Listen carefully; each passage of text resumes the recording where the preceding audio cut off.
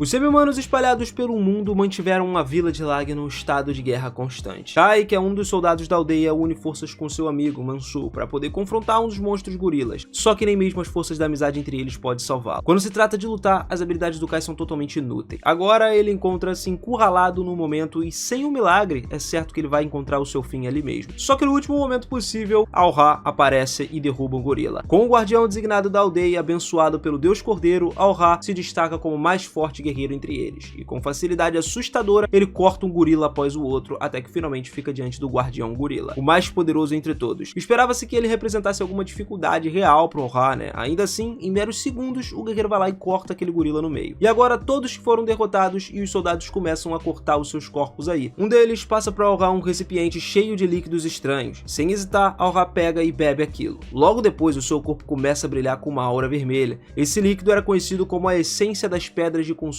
dos deuses. Se diz que para aumentar insanamente a força e a energia espiritual de quem consome, você precisa de fato consumir. Seria lógico pensar que todos os exércitos deveriam beber pelo menos um pouquinho para se tornar mais fortes juntos, mas esse não é o caso. As regras só permitem que eles consumam pequenas gotas. Cada soldado recebe a sua dose mínima e depois de receber a sua, o Kai só consegue sentir o seu poder espiritual aumentando. Ele se vira para Manso e pergunta se pode tomar um pouco mais, mas infelizmente ele é apenas um soldado da infantaria comum. Não tem chance de que um dia ele possa beber uma pedra divina inteira. De acordo com as regras, quase todas as pedras devem ir para o portador da guarda, como o Al-Ra é. Mesmo já sendo incrivelmente poderoso, ele é forçado a crescer e se tornar ainda mais forte, enquanto os outros soldados permanecem presos aos seus níveis ali de poder lamentáveis e baixos. E ainda assim, ninguém parece ver o problema com esse sistema. De volta para a aldeia ali, né, uma grande celebração começa a acontecer para comemorar o triunfo entre a morte dos gorilas, mas mesmo durante a festa, as porções são estritamente divididas por classificação. Os guerreiros poderosos e os chefes, junto das crianças de elite, basicamente, ficam com toda a carne e o vinho. Enquanto isso, soldados humildes como Kai se contentam com uma tigela rasa de sopa. A sopa, sinceramente, não é tão ruim assim, mas o Kai não consegue deixar de desejar um pouco mais de comida boa também. Infelizmente, isso nunca vai acontecer enquanto ele estiver preso ali como um soldado de baixa patente.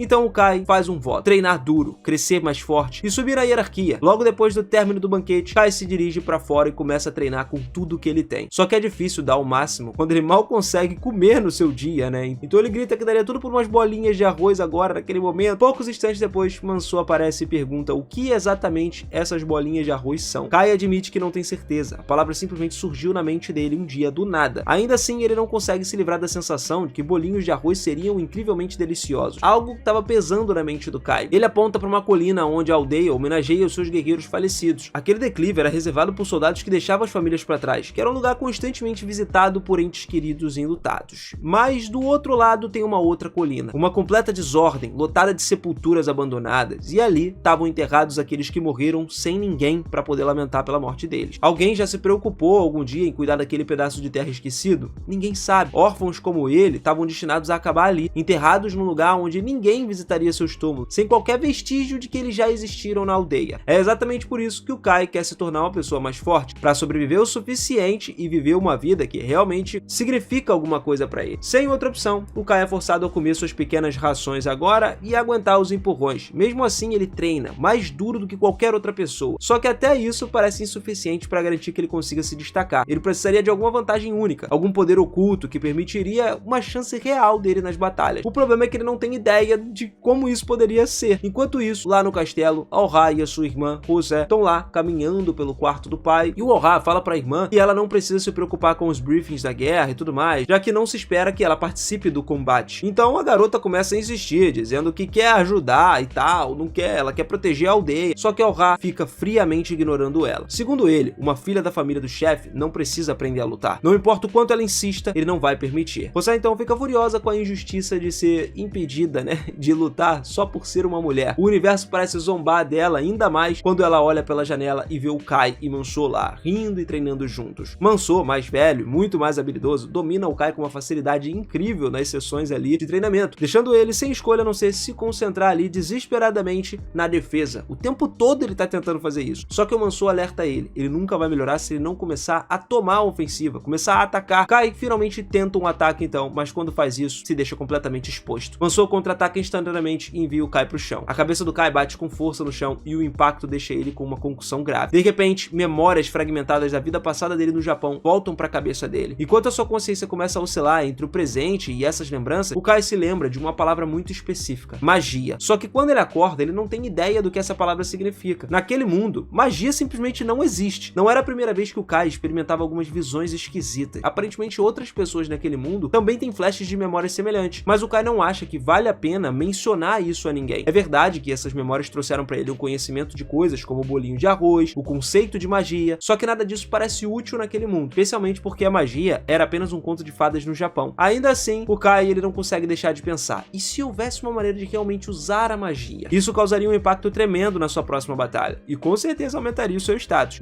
Enquanto isso, de volta ao castelo, o chefe da aldeia acaba de receber uma carta, que veio do povoado vizinho. A aldeia de Bana estava sob ataque dos orcs, e segundo o acordo de aliança entre eles, os dois vilarejos ali, os habitantes de Lag teriam que ser obrigados a sair imediatamente para ajudar. O chefe não tá nem um pouco feliz em ter que enviar soldados de volta à batalha tão cedo, principalmente considerando que mal eles tiveram tempo para descansar depois da guerra contra os gorilas. Mas Al-Ra é firme. Ele diz que é dever de um soldado se mover e morrer pela aldeia. Ele não tem o direito de reclamar. E mesmo assim, o chefe lembra ele que os soldados também são parte da aldeia e não deveriam ser tratados como peões descartáveis. De volta ao quartel, Kai tá tendo dificuldades para dormir. Ele não consegue tirar a ideia de magia da sua cabeça. Manso aparece, percebe que, ele tem alguma coisa incomodando o amigo, então ele vai lá e pergunta se tem alguma coisa de errado. E o Kai responde que não é grande coisa, mas teve um sonho onde ele é capaz de criar o fogo a partir do nada. Por mais estranho que pareça, ele achou que Manso acharia isso estúpido, mas para sua surpresa, o Manso admite que ele já ouviu algo parecido antes. Ele conta sobre uma história antiga, de um estranho viajante que chegou na aldeia e o homem queria fazer uma fogueira, mas ele não tinha gravetos. Em circunstâncias normais, seria impossível sem uma ferramenta adequada. Só que esse homem só levantou o dedo e produziu uma chama do nada. O Kai ficou surpreso, então ele realmente viu que existia registro de alguém usando magia. Manso o lembra de que isso era só uma velha história, sem garantias de ser verdade. Mesmo assim, ouvir aquela coisa motivava o Kai a tentar aprender magia por conta própria. No dia seguinte, ele foi até o local isolado para treinar. Ele não sabe exatamente como a magia funciona, mas pelas memórias que ele teve, parece exigir algum tipo de energia enigmática. A coisa mais próxima que o Kai consegue comparar é a energia espiritual. Ele então vai lá, estende o dedo e tenta ordenar a sua energia espiritual a se manifestar como fogo. Mas não é uma coisa tão simples de se fazer. Ele percebe que possivelmente ele precisa de concentração em primeiro lugar. Então ele começa a canalizar essa energia através da sua pedra divina. Só que, por mais que ele se concentre, acontece absolutamente nada. Enquanto isso, os orcs foram avistados no redor da aldeia vizinha e já mataram uma dúzia de soldados. O restante das tropas se reúne para poder revidar. Os soldados só aguardam na entrada da floresta, observando os orcs, se eles ainda estão por ali. Assim que vê eles começam a atacar, e os orcs revidam com velocidade. Manso, ele consegue rapidamente esfaquear um dos inimigos direto no coração. Vendo isso, o Kai corre pra frente, querendo conquistar sua própria vitória, mas um dos orcs acaba arremessando um cadáver nele, jogando ele contra uma árvore e prendendo o garoto. Os orcs se aproximam então, pronto pra finalizar ele, mas antes que o ataque venha, a saraivada de flechas atinge esse orc, e o Manso finaliza ele. Depois, ele grita com o Kai por ter avançado sozinho, e ordena que ele volte pra formação, mas parece que o Kai machucou a perna nesse impacto e agora ele não consegue andar sozinho. Enquanto isso, Al-Ra aparece lá rasgando os orcs em pedaços. Quando eles percebem que ele é forte demais, os inimigos começam a recuar, mas o cara não pretende deixar eles escaparem. Ele abandona os outros soldados e parte sozinho atrás dos orcs que estavam fugindo, deixando os demais lidarem com o restante. Sozinhos, os soldados percebem o quão difícil é enfrentar os orcs. Eles estão completamente sobrecarregados. O líder do esquadrão, desesperado, ordena que todos se espalhem para que pelo menos alguns consigam sobreviver. E com a perna machucada, Kai e Manso não têm chance de fugir. Kai se recusa a ser motivo de morte do amigo. Ele diz a Manso para deixar ele e continuar sozinho. Manso hesita, só que no fundo ele entende que não tem outra opção. Com pesar, ele se despede e jura que prestará homenagens no túmulo de Kai. Então ele corre em uma direção enquanto Kai rasteja para outra. O Kai sabe que não tem como ele vencer, mas ele também se recusa a desistir. Quando ele ouve um orc se aproximando, ele tenta lançar magia de fogo para se proteger, mas infelizmente não funciona. Momentos depois, o orc atira sua lâmina atingindo o Kai no ombro e deixando ele gravemente ferido. Só que esse contato com a morte fez algumas faíscas saírem do dedo do Kai.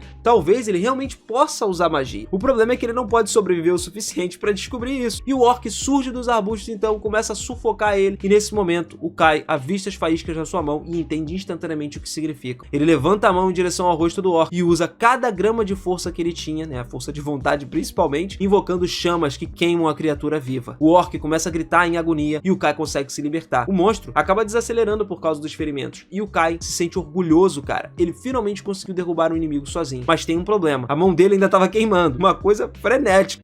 Então o Kai tenta apagar aquilo ali o mais rápido possível, só que ele começa a perder a consciência. O fogo estava drenando toda a sua energia espiritual. Se ele não encontrasse o jeito de parar, ele ia morrer de exaustão. Ele precisaria ser rápido, pensar em alguma coisa. Então ele imagina a sua energia espiritual como uma represa que abriu justamente para lançar essa magia. Para apagar as chamas, tudo que ele precisa fazer é fechar essa barragem. E então ele mantém a calma, mantém a compostura, mas é quase impossível dele fazer isso porque a mão dele tá pegando fogo. Então ele vai lá e vê um orc gravemente ferido, mas ainda vivo. Ele se aproxima e com grande esforço, finalmente ele interrompe o fluxo de magia espiritual que ele tinha, né? De energia ali. Mas era tarde demais. A criatura alcança, agarra ele e começa a se afastar. Porém, o orc não percebe que o Kai ainda tá vivo. Talvez as chamas tenham cegado ele. E aí, o Kai não quer morrer, né? Ele sabe que o seu próprio corpo não vai durar muito tempo, mas ainda assim ele tá determinado a arrastar o orc com ele pra morte. A partir daí, enquanto a besta tropeça pela beira de um penhasco, o Kai corta profundamente o seu peito. E os dois acabam caindo no rio. De alguma forma, o Kai sobrevive a essa queda e usa sua faca, né, pra poder puxar pra fora da água. No entanto, a sua energia espiritual ainda tá criticamente baixa. Percebendo que ele precisa agir o mais rápido possível se ele quiser continuar vivo, ele nota o cadáver do orc próximo a ele e dessa vez, claramente sem vida, né? Sem perder tempo, o Kai pega sua faca, corta o corpo da criatura e recupera sua pedra divina. Afinal, beber o líquido da pedra pode ajudar a restaurar sua energia espiritual. Ele não hesita, ele vai lá e consome essa pedra inteira. E conforme a energia espiritual começa a fluir pelo seu corpo, ele se sente recuperado. Então ele se deita do lado de uma árvore para descansar um pouco. Agora que ele finalmente tem um momento para respirar, a ficha cai. É a primeira vez que ele consome uma pedra divina inteira. E a partir de agora, a energia espiritual não vai ser mais um problema. Ainda assim, a ferida profunda no seu ombro estava sangrando muito. Ele tem quase certeza de que ele vai morrer ali mesmo. Pelo menos ele pensa, né? Então ele poderia partir vendo uma bela cena. O pôr do sol começa a aparecer e de volta à aldeia, todos os soldados retornam da batalha, começam a se preparar para comemorar o triunfo sobre os orcs. Só que o Manso, ele não compartilha da mesma alegria. Um dos seus colegas nota que ele tá abatido e se aproxima, falando para ele se animar. Só que então ele percebe que o Kai não tá junto com ele. E isso é muito estranho, já que o Manso e o Kai nunca se separam. Depois de uma breve pausa, ele percebe ali que o Kai, ele deve ter caído em batalha. E em vez de oferecer um conforto, o soldado friamente diz ao Manso para ele seguir em frente, alegando que o Kai era só um peso morto de qualquer forma e não ia adiantar de nada. Enquanto isso, o Kai permanece inconsciente debaixo da árvore durante toda a noite. Quando a manhã chega, ele acorda, chocado por ainda estar vivo, né? E não só vivo, ele se sente mais forte. A perna quebrada dele já tá curada e a ferida no ombro fechou completamente. Mesmo que ele esteja aliviado, ele também tá um pouco confuso. A única pedra de vida não seria capaz de curar ferimentos tão graves em só uma noite. Então ele começa a se questionar se aquilo tem a ver com, sei lá, uma parede atrás dele. Então ele se vira para verificar e vê que, na verdade, uma pedra coberta por inscrições estranhas está ali. Então ele tenta ler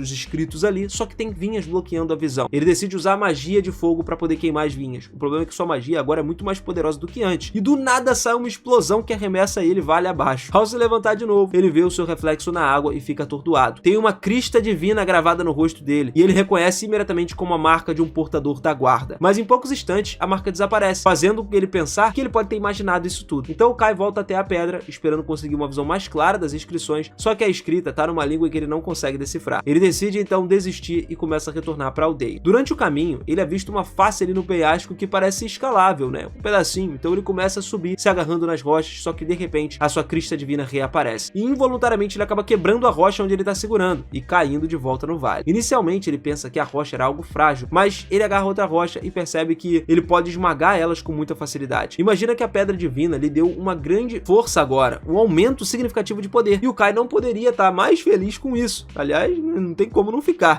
No entanto, no meio da comemoração, uma voz grita para ele ir embora. Sem pensar duas vezes, ele parte imediatamente, escalando o penhasco em toda velocidade. Quando ele chega no topo, ele fica surpreso com a facilidade com que ele conseguiu subir, e ainda mais animado com essa sua nova força. Mesmo assim, ele questiona se esse realmente é o poder da proteção divina. A crista divina, conhecida como a marca do guardião, é considerada um presente de Deus da Terra, mas o Kai não tem memória de ter recebido qualquer bênção divina. Talvez tenha acontecido enquanto ele estava inconsciente. Até descobrir a história completa, ele decide que é melhor manter esse segredo longe dos outros aldeões. Na aldeia, então, Manso acaba se preparando para a sepultura do Kai. Só que naquele exato momento, o Kai apareceu, como se nada tivesse acontecido. O Manso ficou completamente surpreso, cara. Mais do que tudo, ele ficou feliz em ver o seu amigo de novo. E assim, a vida aos poucos vai retornando ao normal. Depois disso, o Kai retomou a rotina dele, né, todas as tarefas, e dessa vez, porém, ele se destacou novamente no trabalho. Ele deveria arar apenas uma pequena parte do campo, mas em pouco tempo, ele já tinha arado a área inteira, sem sequer suar a camisa. Por um momento, o Kai entrou em pânico, temendo que a sua crista vista divina estivesse visível. Mas quando ele foi lá, olhou seus reflexos na água, ele confirmou que o seu segredo continuava seguro. A marca provavelmente só se manifesta quando ele exerce o máximo de esforço. Desde que ele evite trabalhar demais, ele vai ficar bem. Mesmo assim, os outros começam a notar que o Kai parece muito mais forte do que antes e começam a perguntar pra ele: aconteceu alguma coisa? Lutando pra inventar uma desculpa, ele acaba confessando que ele consumiu uma pedra divina do orc que ele tinha derrotado. Quando a galera ouviu isso, o grupo de soldados comuns fica sem entender, fica atônito. Afinal, raramente a pessoa tem a chance de consumir uma pedra divina inteira. Só que considerando que o Kai estava gravemente ferido e à beira da morte, ele não tinha outra opção. Na verdade, durante a sua jornada de volta à aldeia, ele acabou consumindo as pedras divinas de quase 10 orcs que ele encontrou no campo de batalha. Que a explicação faz total sentido. Os outros finalmente compreendem por que o Kai se tornou tão poderoso. E eles chegam até a elogiar o garoto, parabenizando ele por ter conseguido voltar vivo. Enquanto isso, uma das muralhas da aldeia lá, Elsa, continua observando o Kai por um tempo, né? Inclusive um tempo excepcionalmente longo. Especialmente para que as suas amigas comecem a provocar ela por isso. Mais ou menos na mesma época, na aldeia, a princesa, ela vai até o depósito para falar com o responsável. Ela informa que todas as oferendas funerais foram completamente preparadas de modo que ela estivesse livre para iniciar a limpeza do túmulo sempre que desejar. Na manhã seguinte, o Kai já estava treinando com a sua magia de fogo. Não tinha dúvidas de que ele estava muito mais poderoso do que antes. Só que, enquanto ele praticava, a princesa se aproximou exigindo uma explicação, dizendo que ele estava agindo de uma forma terrivelmente suspeita. Sem ter como recusar, né, uma ordem direta da princesa, o Kai acaba obedecendo e explica para ela tudo sobre a habilidade com fogo. Surpreendentemente, José não fica muito chocada, porque ela já estava familiarizada com alguns poderes semelhantes. Normalmente, aqueles que despertam habilidades vêm de famílias nobres ou são monges treinados, o que torna o Kai um caso incomum, especialmente porque ele não demonstra sinais de exaustão, apesar de ter gasto uma grande quantidade de energia espiritual. José, nesse momento, se lembra de um boato que dizia que o Kai ganhou força imensa depois de consumir várias pedras divinas, sugerindo que agora ele possui uma reserva espiritual maior que a média. Ela então pede para treinar com ele, e o Kai não tem motivos para recusar. Pouco tempo depois, os dois estavam duelando com lanças. Mesmo que o Kai esteja muito mais forte do que antes, a princesa, que é uma portadora da guarda, não é alguém que ele possa vencer facilmente sem esforço. Só que ele também não quer expor o seu brasão divino, então precisa tomar cuidado para não empurrar demais essa batalha. Enfim, depois do duelo, Kai vai até o poço buscar água e finalmente ele fica genuinamente surpreso por ter conseguido completar o treinamento com facilidade, mesmo tendo se contido para não revelar o seu poder real. Isso implica que o seu verdadeiro poder é tão esmagador que nem mesmo alguém como José teria chance se ele decidisse liberar toda a sua força. Nesse momento, a princesa pede para ele trazer um pouco de água para ela também. O Kai rapidamente corre de volta e enquanto ele lava o rosto e ele aproveita a oportunidade para perguntar se todos os portadores da guarda possuem o mesmo nível de força, a princesa acaba explicando que na verdade ela tá entre os mais fracos. Tanto seu pai quanto seu irmão são muito mais fortes. A força de um portador depende da bênção que ele recebe do seu Deus da Terra, mas também exige um treino constante. Mesmo com o dom divino, o crescimento só vem com esforço.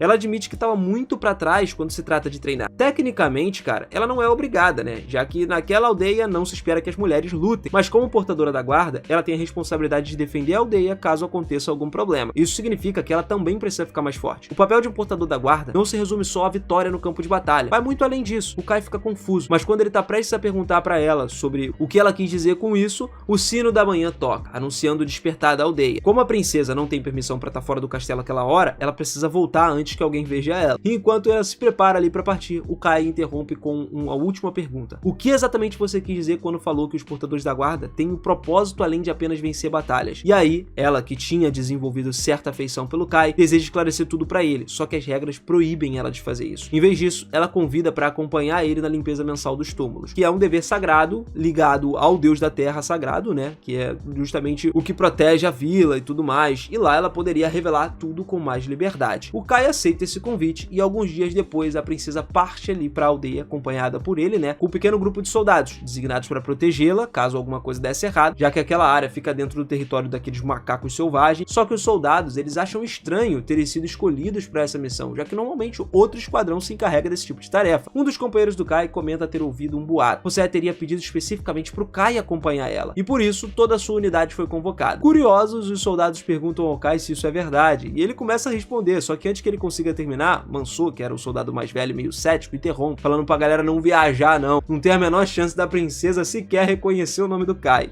Mas apesar da descrença dele, a inveja começa a crescer entre todos. Eventualmente, o grupo consegue chegar na aldeia. Pro espanto do Kai, não resta muita coisa ali além de ruínas. No passado, monstros invadiram esse local, forçando os aldeões a abandonar ele. Ainda assim, a lápide sagrada permanece de pé, e como seguidores do Deus da Terra, eles continuam obrigados a cuidar dela. Mesmo que o espírito da divindade tenha se enfraquecido, tanto que nada mais cresce permanece naquele solo. As coisas ainda têm que ser cuidadas. Nesse momento, José chega lá, se aproxima do Kai e diz que deseja explorar a aldeia um pouco. Ela precisaria de alguém para escoltar ela, e um dos soldados se oferece, mas ela recusa gentilmente e diz que ela prefere que o Kai vá com ela. Os dois começam a caminhar pela vila silenciosamente. Quando chegaram num pequeno jardim de flores, ela foi lá, se ajoelhou e começou a rezar. O Kai ficou curioso, ele queria perguntar o que ela estava fazendo, mas ela insiste em silêncio total e pede que ele não diga nada. De repente, uma aura vermelha começa a sair do corpo dela em direção às flores, e quando a prece termina, ela explica que ela estava orando pela terra, pedindo a graça do Deus da terra para poder se reunir aqui. Esse era um dever que apenas os guardiões vinculados ao Deus da terra poderiam realizar. Ela continua dizendo também que essa aldeia foi abandonada. O espírito Deus local, ele acabou enfraquecendo severamente por conta disso. Isso também é parte da razão pela qual ela não é forte o suficiente como seu irmão ou como seu pai. Enquanto a aldeia de Lag prospera, as colheitas abundantes, graças à força espiritual ali do pai, né, da princesa, ela mal consegue sustentar um pequeno jardim de flores com as suas habilidades. A diferença é que o pai de José nunca afrouxou um dos seus treinamentos. Ele estava sempre correndo atrás de coisa nova, sabendo que se ele se permitisse enfraquecer, isso poderia significar o fim da vida de Lag.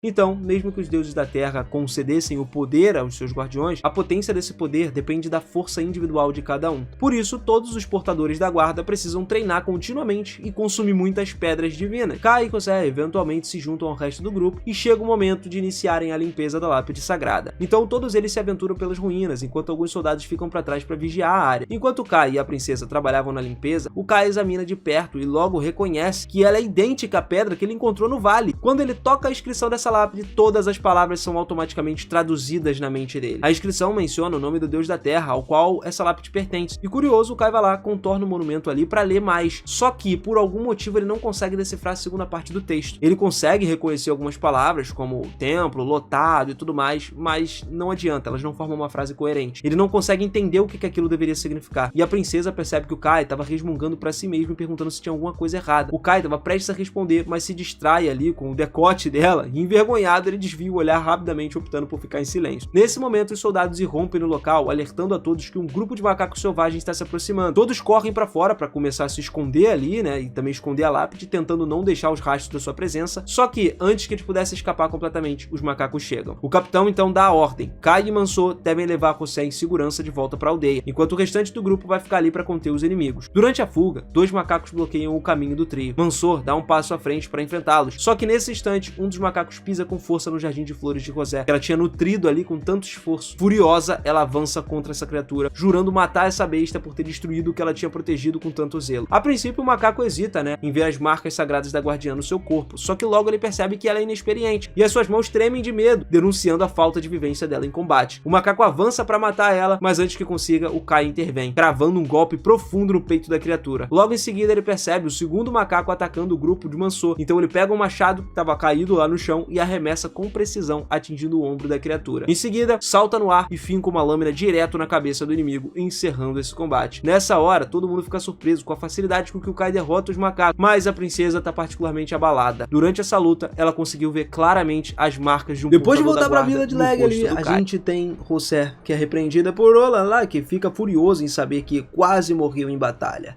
Ele começa a gritar que esse é precisamente o motivo pela qual ela não tem que ir lutar junto com os soldados. Só que o chefe da aldeia intervém para acalmá-lo, dizendo que o mais importante agora é que ela esteja ilesa. Por enquanto, eles devem se concentrar em reforçar a patrulha ao redor da área, especialmente com a chegada do inspetor se aproximando ali. Al-Ra, nessa hora, concorda e vai avisar os soldados sobre o cronograma de patrulha atualizado, né? Quando ele parte, José se vira pro pai e pede desculpas por todos os problemas que ela causou.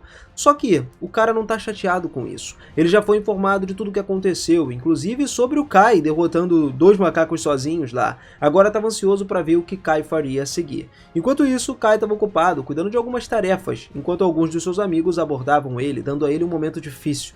Desde a expedição lá da aldeia, as pessoas começaram a chamar ele de herói por ter resgatado o José. Além disso, mano, surgiram alguns rumores ali de que o Kai e a princesa ficaram muito próximos durante o tempo que passaram juntos lá, né? Algumas meninas até percebem o que estava acontecendo e presumem que os meninos estavam só brincando, né, como de costume. Mas Elsa não consegue tirar os olhos de Kai. Os outros notam isso e acham que ela realmente tem sentimentos por ele, começando a provocar ela, brincando, dizendo que se ela não agir logo, alguém pode acabar levando o Kai pra si. Alguns minutos depois, a princesa se aproxima do Kai perguntando se eles podem conversar a sós. Embora ele não tenha ideia do que ela quer, o Kai concorda e os dois vão para um beco próximo. Lá, a princesa começa a agradecer sinceramente ao Kai por ter salvado a sua vida durante o incidente. Só que ela também comenta que jurava ter visto a crista divina no rosto do Kai, quando ele estava lutando lá contra os macacos, né? E agora, depois de observá-lo mais de perto, ela conclui que deve ter sido apenas uma imaginação. Afinal de contas, quais as chances do Kai se tornar um portador da guarda do nada? A sua derrota na batalha fez perceber o quão fraca ela realmente é, por isso decidiu se dedicar totalmente aos treinamentos para se tornar mais forte, e espera que o Kai também comece a treinar com ela todas as manhãs. Kai, na verdade, não está nem um pouco animado em ser arrastado por uma rotina de treinamentos da princesa, mas não consegue recusar isso, né? Relutante, ele concorda em treinar juntos pelas manhãs, e enquanto isso, os amigos do Kai os espionam secretamente atrás de uma árvore. Eles não fazem ideia do que os dois estavam conversando, mas todos estavam muito invejosos ali pelo Kai poder passar um tempo junto com uma garota tão linda. Mais tarde, Kai segue sua rotina habitual e começa a rachar a lenha, enquanto Elsa se aproxima inesperadamente carregando uma tigela de água. O Kai olha pra cima e pergunta por que ela trouxe aquilo, se foi pra ele e tudo mais, e a Elsa acena afirmando que imaginou que ele pudesse talvez precisar de uma bebida depois de trabalhar tanto sob o sol, e o Kai agradece pela sua gentileza. Nesse momento, uma das amigas da Elsa se aproxima ali e chama para se apressar, porque ainda tem tarefas para cumprir. O Kai presume que a Elsa estava apenas sendo gentil, mas Mansu percebe que tem a intenção ali e acaba comentando com o Kai que ele é um cara de sorte. Nesse momento, o Kai ouve o som de um pássaro incomum à distância. Isso faz ele lembrar daquele do vale, né? Embora ele não consiga entender por que ele está ouvindo isso agora, na mesma noite o Kai tenta adormecer, mas o chamado persistente do pássaro continua ecoando nos seus ouvidos. Eventualmente ele acaba desistindo, sai da cama e decide ir atrás desse som. Chegando à enorme muralha que acaba cercando a vila, o Kai salta ela com facilidade graças à sua força atual e corre até o vale onde tudo começou. Quando ele chegou na árvore, ele vê novamente uma pedra, e agora ele entende que se trata de uma lápide de um deus. Ele começa a tentar ler aquela lápide, mas por algum motivo ainda não consegue. Mesmo assim, expressa sua gratidão ao deus por ter salvado ele, né, e passa o resto da noite limpando cuidadosamente aquela pedra. Antes de ir embora, o Kai deixa uma pequena oferenda ali, né, em frente à lápide, e no caminho de volta ele sente fome. Então ele bebe a água do rio, colhe algumas frutas, né, na árvore ali, fica surpreso com a quantidade de comida que a floresta está oferecendo, o que faz ele desejar poder viver ali de verdade. Então, uma ideia surge. Ele poderia simplesmente construir uma casa para si naquele lugar, só que para isso ele precisaria de madeira. Então ele começa a escalar um penhasco até avistar uma árvore robusta, perfeita para ser cortada, só que quando ele chegou diante dela, ele percebeu que não fazia ideia de como derrubar aquela árvore. Ele tem uma adaga, mas ela era muito pequena e não dá para lidar com uma árvore tão grossa. Pensando rápido, o Kai decide usar a magia de fogo, aumentando a sua intensidade até que ela se transforme numa lâmina flamejante ao redor da mão. E, infelizmente, como a árvore é feita de madeira, o seu corte de fogo acidentalmente incendeia a floresta ao redor. Felizmente, ele consegue extinguir as chamas antes que elas comecem a se espalhar, mas ainda precisa encontrar uma maneira de derrubar a árvore. Se ele conseguir invocar o fogo do nada, certamente ele pode descobrir uma forma de cortar a madeira. De repente, ele tem uma lembrança da sua vida passada. O Kai se lembra de tudo sobre moléculas e estruturas. Ele percebe que para cortar a árvore, basta ele romper as ligações moleculares. Pressionando a palma da mão contra o tronco, então, ele tenta canalizar sua energia espiritual de uma outra forma, moldando ela em uma forma capaz de cortar diretamente o tronco. Antes que ele possa aperfeiçoar essa técnica, ele só ouve um som vindo do vale, e curioso, ele decide ir lá investigar. Olhando mais de perto para a árvore, percebemos que, de fato, ele conseguiu cortar parte das suas moléculas. Mas aí, quando chega no vale, o Kai avista o que parece ser um grupo de crianças com equipamentos de escalada, se preparando para descer. Incerto das suas intenções, mas sabendo que é sua responsabilidade proteger o local, ele se prepara para intervir. Só que, para o seu choque, quando ele se aproximou, ele percebe que não são crianças normais, mas sim pessoas de baixa estatura. O líder do grupo se apresenta como Pork, o chefe do povo Kora. Kai nunca ouviu falar dos Kora antes, né, e acha muito estranho o fato do Pork falar a língua humana com tanta fluência assim. E ele começa a explicar que o seu povo frequentemente negociava mercadorias com os mercadores humanos, o que os humanos também mantêm os produtos de alto padrão, né? Ele deseja se desculpar por terem chegado ali sem permissão. E primeiro, Pork nesse momento esclarece que eles vieram honrar um antigo pacto feito com os grandes deuses do vale, que habitava aquele lugar. Segundo o que eles entendem, o deus do vale assume uma forma de um humano, por isso eles estavam convencidos de que o Kai deve ser esse deus. Pork continua explicando que os mineradores eles viviam silenciosamente nas florestas ali por gerações, adorando o deus da terra. Só que alguns dias os orcs atacaram eles numa tentativa de tomar o seu deus da terra. E os Kores, eles são muito fracos, não tinham nenhuma chance de vencer, então eles foram forçados a fugir de casa. Pork fala pro Kai, chamando ele de antigo deus da arbitragem, e implora pela sua ajuda para retomar sua terra natal. O Kai luta para entender tudo aquilo, mas antes disso ele precisa descobrir o que é um deus de arbitragem, né? E o Porrick começa a elaborar que, de acordo com as lendas, um deus de arbitragem, ele é um ser com o poder de toda a criação, incumbido de salvaguarda às criaturas da floresta, ou seja, ele teria que proteger todo mundo. Mas o Kai continua cético, achando difícil aceitar que uma lenda dessa possa estar se referindo a ele. Então um dos anões diz que não aceitaria que Kai seja esse deus, porque as lendas afirmam que um deus de arbitragem, ele deveria ser um guerreiro feroz, que pune aqueles que perturbam a paz na Terra. E o Kai não parece nem um pouco feroz, né? Porém, Porrick insiste e tem absoluta certeza de que o Kai é esse deus. Ele explica que anos atrás ele entrou no vale sem permissão, e como punição, teve 2 dos seus olhos tirados pelo deus do vale. Só que em troca recebeu o poder de perceber energia espiritual ao seu redor, e quando ele observou o Kai, ele viu claramente a essência do deus do vale correndo dentro dele. Segundo Porrick, cara, essa já era uma prova inegável de que o Kai foi abençoado com a proteção divina. Além disso, eles já apresentaram um sacrifício, então agora o Kai não tem escolha a não ser ajudar eles. O Kai ficou confuso com a menção do sacrifício, e aí o Porrick explicou que mais cedo naquele dia sacrificou a sua neta ao vale, e o Kai entrou em pânico, porque, pô, não tem como, eles pediu lá para que mostrassem para ele aonde deixaram a garota, né? E aí eles conduzem até a corda usada por ela para descer pro vale, mas ela se rompeu há algum tempo. Aruan provavelmente caiu direto até o fundo, então o Kai salta pro vale para encontrar o corpo da garota. Milagrosamente ela ainda tá viva, mas gravemente ferida pela perda de sangue. E lembrando como suas próprias feridas cicatrizaram misteriosamente quando chegou no vale pela primeira vez, o Kai tenta replicar esse processo usando magia. Se concentrando, ele vai lá e consegue perceber o tecido dos ferimentos de Aruan célula por célula, canalizando a sua energia, trabalhando para restaurar sua carne ferida, e para surpresa ele consegue fechar com sucesso as feridas da garota. Mesmo assim, Aruan precisa de tempo para poder se recuperar antes de conseguir se levantar. Enquanto isso, o Kai sente uma perturbação na borda do vale. Os orcs estavam lançando um ataque e os cores, indefesos, né, não podiam fazer absolutamente nada. De repente, o Kai aparece cravando a sua lâmina no peito de um dos orcs e durante a ausência dele, vários cores já tinham sido mortos. O responsável era o líder orc. E o líder orc mostra sua crista divina, tentando assustar o Kai. Mas cara, não adianta, o seu cutelo ainda estava encharcado de sangue dos cores e por isso o Kai se recusa a recuar. Ele sente a raiva queimando no peito dele, e ele não tá sozinho. Uma voz na mente dele fala para ele massacrar o orc e encher ele de terror antes da sua morte. O Kai então reconhece essa voz como o deus do vale. Como portador da guarda desse deus, ele está pronto para cumprir a sua vontade. Só que antes que ele possa começar a lutar, Porrick se aproxima e se oferece para ajudar ele. Ele pode não ser um cara tão forte quanto o Kai, mas como portador da guarda é mais do que capaz de entrar nessa batalha. Kai agradece pelo apoio e isso tornaria tudo muito mais fácil. Serviria como um aviso para os orcs, para eles entenderem com quem que eles estavam lidando. Ele ativa sua própria crista divina então, fazendo os olhares presunçosos dos orcs desaparecerem.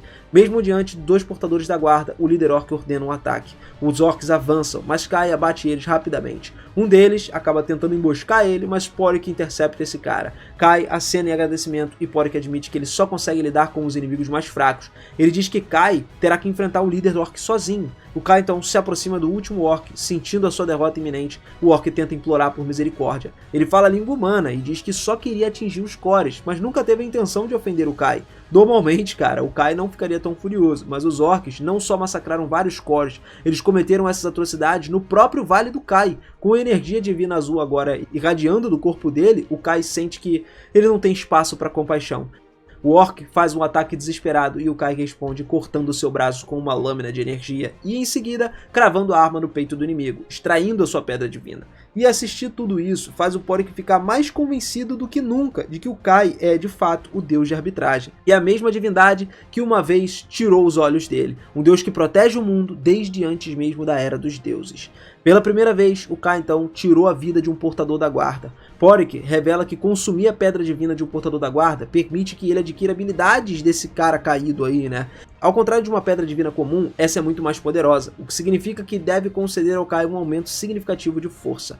Kai divide a pedra divina em 2 pedaços, mas antes de consumir a sua parte, oferece a outra a Porrick. Porrick questiona se ele tem certeza de que quer dividir algo tão valioso, mas o Kai insiste que o Porrick merece depois de ter ajudado ele com a batalha contra os orcs. Depois de um momento de hesitação, o Porrick aceita esse presente e expressa sua gratidão pela bondade do Kai.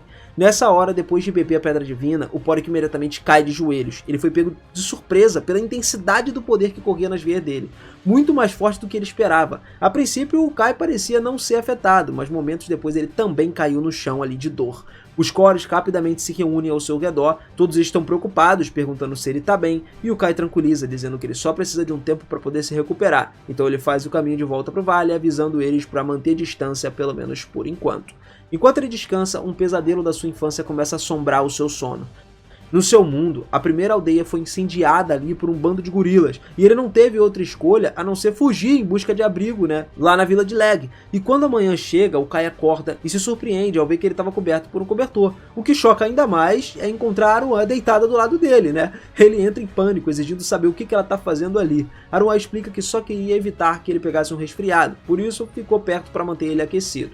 Embora o Kai tenha salvado ela o lembra de que ainda foi enviada ali como oferenda, e por isso jura dedicar a sua vida para servir ele da melhor forma possível. O Kai até fala que ele não precisa de uma serva, e incentiva ela a voltar para casa, mas Aruan insiste que não pode. De acordo com o que seu avô lhe disse, se ela falhar em cumprir o seu dever como oferenda, uma terrível desgraça cairia sobre eles. E o Kai continua tentando persuadi-la, mas então percebe que o sol já nasceu, o que significa que ele precisa correr de volta para a vila antes que alguém descubra que ele sumiu. Ele escala muito rápido a lateral do vale, apenas para se surpreender encontrando os outros Cores ainda esperando por ele.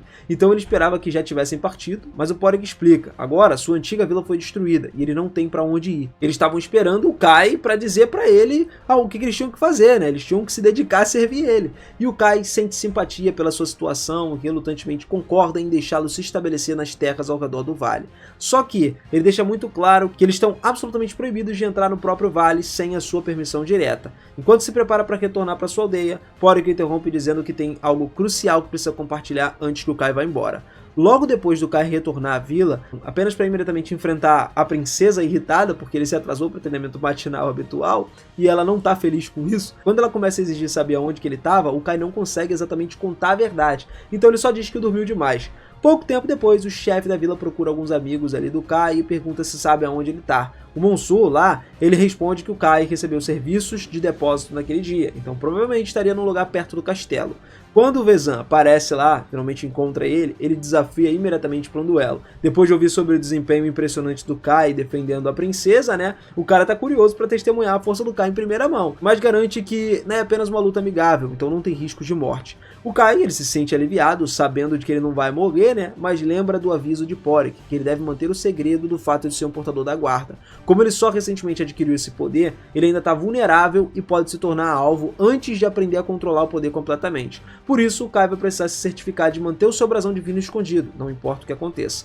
Durante a luta, mesmo que o Vezan seja mais fraco, ele é o primeiro a atacar, forçando o Kai a desviar de cada golpe. Só que, conforme a batalha vai esquentando, o Kai começa a se empolgar demais e o seu brasão divino aparece brevemente. Rapidamente ele se recompõe e suprime antes que alguém perceba que isso aconteceu, e com um duelo em andamento, o Kai vai lá e avança, ataca Vezan com a lança, mas infelizmente a durabilidade do Vezan é tão extrema que a lança quebra no meio, deixando o Kai sem escolha a não ser lutar de mãos vazias. Pro seu crédito, o Kai se recusa a recuar, mas a sua determinação leva ele a ser brutalmente chutado para longe. O impacto deixa ele inconsciente, sem fôlego, incapaz de continuar. Felizmente pro Kai, o Vezan parece satisfeito com o resultado da luta. Ele estende a mão para ajudar o Kai a levantar e gosta bastante dele, declarando que a partir de amanhã irá pessoalmente assumir o comando do treinamento do Kai. O Kai não estava exatamente entusiasmado com essa ideia, mas sabe que ele não pode recusar uma oferta do chefe. A princesa fica impressionada que Kai conseguiu se defender tão bem contra o seu pai, mas Al-Ra não compartilha do mesmo sentimento. Ele ainda vê Kai como nada mais do que um plebeu comum. Enquanto a princesa estava empolgada, pensando sobre o próximo treinamento juntos e tal, Vezan libera Monsur até o resto dos amigos do Kai para ver como que ele estava. Depois de certificar que ele estava bem, todos caem na gargalhada ao descobrirem que ele acabou treinando com o pai da princesa, com o rei, Com Rosé e Vezan constantemente puxando ele em todas as direções, o Kai não tem chance de sair da aldeia por um bom tempo. Mas naquela noite ele finalmente tem uma oportunidade de escapar, então ele faz o seu caminho de volta ao vale, animado para retornar, mas então percebe uma casa e imediatamente fica chateado, pensando que os Coros se mudaram para lá, mesmo depois dele ter avisado que aquela área estava fora dos limites dele. E quando ele foi investigar, ele descobriu que na verdade era só Aruan que estava lá. Embora o Kai tenha proibido os Coros de se mudarem para ali, entendeu? Entrarem no vale, a garota nunca chegou a deixar esse vale. Além disso, ela estava lá se preparando para o retorno do Kai. Trouxe até um prato de comida feito especialmente para ele.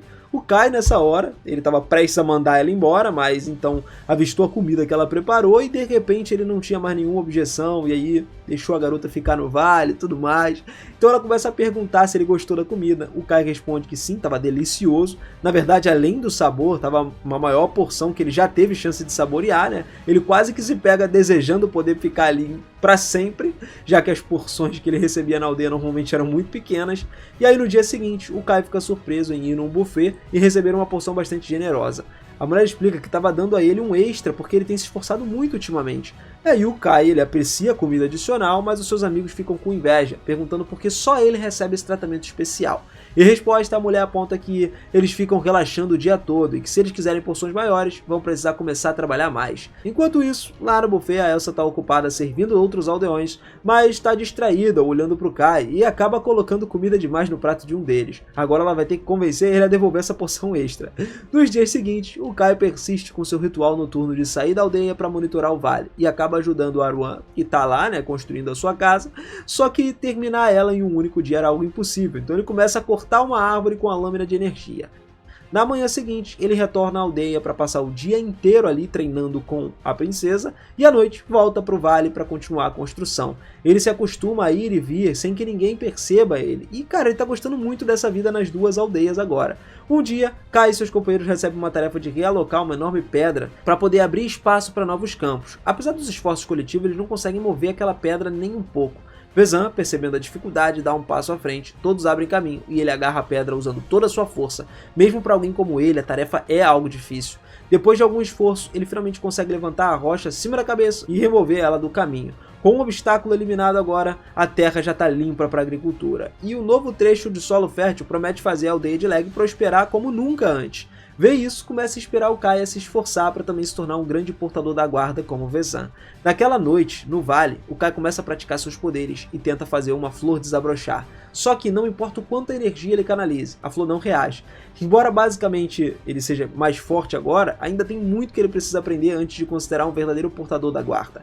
Na manhã seguinte, então, o Kai retorna para a aldeia. Normalmente, ninguém acorda tão cedo, mas ele encontra a Elsa nos campos de flores e pergunta por que ela está ali. Ela começa a explicar que ela só queria admirar as flores enquanto estão desabrochando. O Kai ele nunca tinha reparado muito nas flores antes, mas até que aquele lugar é uma coisa boa, uma coisa bonita para se admirar, né? A Elsa menciona que essas flores lembravam a vila da sua infância. No caso, a mesma vila onde os dois cresceram. O Kai parece intrigado, e aí ela continua explicando que, mesmo com a aldeia queimando, os moradores fizeram um esforço para salvar as flores. Demora um momento, mas Kai logo se lembra. Elsa também era da sua aldeia original, e ela ficou chateada por Kai não ter reconhecido ela, já que estava do lado dele quando a aldeia foi destruída. O Kai explica que ele era muito jovem naquela época, e muitas memórias parecem obscuras para ele. Ele pode não ter notado a Elsa, mas ela certamente observava ele. Ela acha notável que ele tenha conseguido chamar a atenção do Vezan. O Kai, porém, diz que ainda tem muito para melhorar. Ele se considera fraco, né, em comparação com Vezan e acredita que precisa aprender muito mais se ele quiser sobreviver. A Elsa se lembra então do Kai, dizendo exatamente essas palavras no dia em que a aldeia foi engolida pelas chamas. A memória do Kai é ainda nebulosa, então ela começa a contar o que aconteceu. Quando todos tentaram fugir, um dos gorilas emboscou eles, e como ninguém ali tinha habilidade de combate, estavam basicamente indefesos e à beira da morte. Mas sem hesitar, o Kai atacou diretamente o gorila agarrando a sua perna. Naturalmente ele era um cara muito fraco, né, para poder causar qualquer dano real, só que a coragem dele deu a Vezan tempo suficiente para chegar e salvar os dois.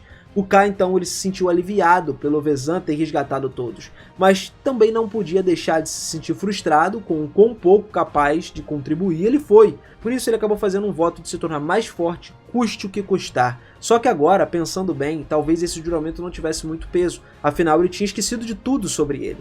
A Elsa compartilha com o Kai também tudo aquilo que tem um significado profundo para ela. Para muitos pode não parecer, mas naquele dia, aos olhos dela, o Kai foi quem resgatou todos os aldeões. Na sua visão, ele vai permanecer para sempre como um verdadeiro herói. Enquanto isso, lá nas profundezas da floresta, uma batalha feroz acontece entre gorilas e orcs, cara. O general orc ele domina completamente o combate, nem mesmo os portadores da guarda dos gorilas foram páreos para ele. Todos foram instantaneamente decapitados. E com isso, os orcs declaram sua vitória sobre os gorilas e reivindicam aquele território como seu. Agora, seus olhos estavam voltados para o Vale do Kai. Só que nesse momento, o Kai permanece completamente alheio ao perigo que se aproxima. O vale permanece parece inalterado. Então o Kai retorna à aldeia e na manhã seguinte ele é designado para o serviço no armazém. Enquanto ele trabalha, ele avista um grão de trigo no chão e começa a pensar que ele só poderia usar aquilo para fazer bolinhos de arroz, já que estava ansioso para experimentar eles. Nesse momento, Elsa se aproxima dele e depois de ouvir o Kai mencionando de bolinhos de arroz, ela pergunta se pode descrever o que eles são. O Kai não tem certeza de como explicar, mas acredita que são incrivelmente deliciosos, mesmo nunca ele tendo comido um. Pouco tempo depois, Manso entra ali, repreende o Kai, dizendo a ele para parar de conversar com a Elsa e voltar ao trabalho, porque ainda tem muitas sacolas ali para ele mover. O Kai rapidamente se desculpa e volta a carregar as sacolas, enquanto Vezan pede a todos que acelerem e guardem os sacos de comida no porão antes que o inspetor chegue. Al-Ra, nesse momento, se aproxima de Vezan e questiona se esconder a comida do inspetor é realmente necessário, e o Vezan explica que com os suprimentos da aldeia acabando, eles não conseguiriam esconder a parte deles e isso significaria racionar ainda mais comida para os moradores. Al-Ra não parece incomodado com isso, afinal de contas, pouco de fome nunca matou ninguém, mas o Vezan realmente se importa com seu povo e se recusa a deixar alguém passar fome sob sua liderança. Kai e seus amigos não sabem dessa história toda, mas ouviram que o inspetor das planícies centrais estava a caminho e que precisa esconder parte da comida antes que ele chegue e leve isso tudo. Também ouviram que esse inspetor é o portador da guarda, ainda mais forte do que o Vezan, porém ao contrário do Vezan, ele não usa o seu poder para nada honroso. Algumas horas se passaram então e o inspetor finalmente aparece, solicitando que o portão seja aberto. Vezan avança para cumprimentar ele e a primeira reação do inspetor é resmungar sobre quantos semi-humanos existem na região, explicando que foi atacado por um grupo de gorilas no caminho e ele afirma que era cerca de 10, mas conseguiu afastar eles sozinhos, então tava tudo bem. José aparece e acha isso impressionante, afinal de contas é preciso muita força para lidar com 10 gorilas sozinho, mas conhecendo o inspetor pessoalmente, ela se decepciona. Gandalf é só um homem arrogante, seu primeiro ato é menosprezar a princesa, chamando ela de mulher frágil, e não para por aí, também zombra de Al-Ra, acusando ele de ser um cara incompetente por não eliminar os semi-humanos da região. Nenhum deles ousa argumentar, né? Momentos depois, outro homem aparece no portão da vila. Vezan pergunta se ele estava com o grupo de Gandalf, mas não é esse o caso. O estranho se apresenta como Natada, explicando que ele foi enviado para o Mosteiro de Mar e ele apenas tomou